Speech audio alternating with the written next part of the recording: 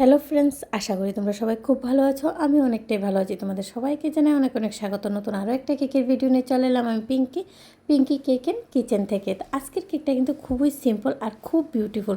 আশা করি তোমাদের থেকে অনেকটাই ভালো লাগবে। ভিডিওটাকে স্কিপ না করে দেখতে থাকো, তাহলে অবশ্যই বুঝবে আজকের কেকের ডিজাইনটা আমি কীভাবে বানিয়েছি। প্রথমে কিন্তু আমি কেকের মধ্যে হোয়াইট কালারের ক্রিমি নিয়ে নিয়েছি আর ভালো করে ফিনিশিংটা দিয়ে দেবো। যারা প্রতিনিয়ত আমার কেকের ভিডিওগুলো দেখো তারা জানো যে আমি প্রথমে যদি কালারফুল করতে হয় প্রায় সময় কিন্তু প্রথমে হোয়াইট কালার ক্রিম দিয়ে ভালো করে ফিনিশিংটা দিই, তারপরে কিন্তু অল্প একটু কালারের সাথে অল্প একটু ক্রিম মিশিয়ে আমি পুরোটা কালারফুল করে দিই। এতে আমার কালারটা অনেকটাই কম ইউজ হয়।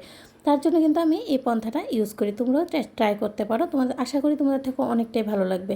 তো আমি দেখো হোয়াইট কালার ক্রিম দিয়ে কিন্তু ভালো করে ফিনিশিংটা দিয়ে দিয়েছি। এখন আমি স্কাই কালারের ক্রিম নিয়ে নেবো আর পুরোটা কেকের মধ্যে আমি লাগিয়ে দেবো সুন্দর করে। আমি এখানে যেহেতু হোয়াইট আর স্কাই কালারের মধ্যে দেবো তাই এভাবে লাগাচ্ছি। যদি পুরোটা ব্লু করতাম তাহলে কিন্তু আরেকটু ক্রিম বেশি নিতে হতো।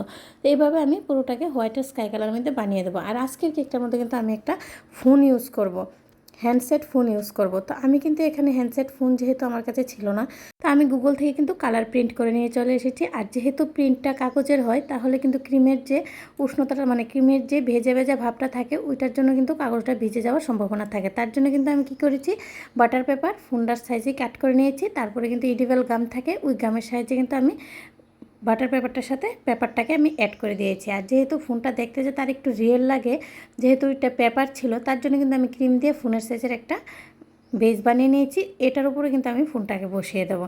তো একদমই সিম্পলভাবে দেখো আমি কিভাবে কালার প্রিন্ট করে কিন্তু মোবাইলটা বানিয়ে দিলাম। এভাবে তোমরাও ট্রাই করতে পারো, আশা করি তোমাদের কাছে অনেকটা ভালো লাগবে। এখন আমি প্রচুর পরিমাণে সুগার বল কেকের মধ্যে ইউজ করব, কারণ দেখতে অনেকটাই ভালো লাগে সুগার বল ইউজ করলে। আর আমি এখানে অনেক রকমের কালারের সুগার বল কিন্তু ছোটো বড় সাইজের ইউজ করবো। বার্থডে টোপারটা লাগিয়ে দেবো। আর আমি কেকটার মধ্যে কোনো রকমের নাম লিখিনি, তো তোমরা চাইলে যার বার্থডে তার নাম লিখে নিতে পারো। তো আজকের মতো এই পর্যন্তই। নেক্সট নতুন আরও একটা কেকের ভিডিও নিয়ে তোমাদের সবার সাথে আবার দেখা হবে। সবাই খুব ভালো থেকো, সুস্থ থাকো, আনন্দ থাকো। তোমাদের সবাইকে জানাই রাধে রাধে।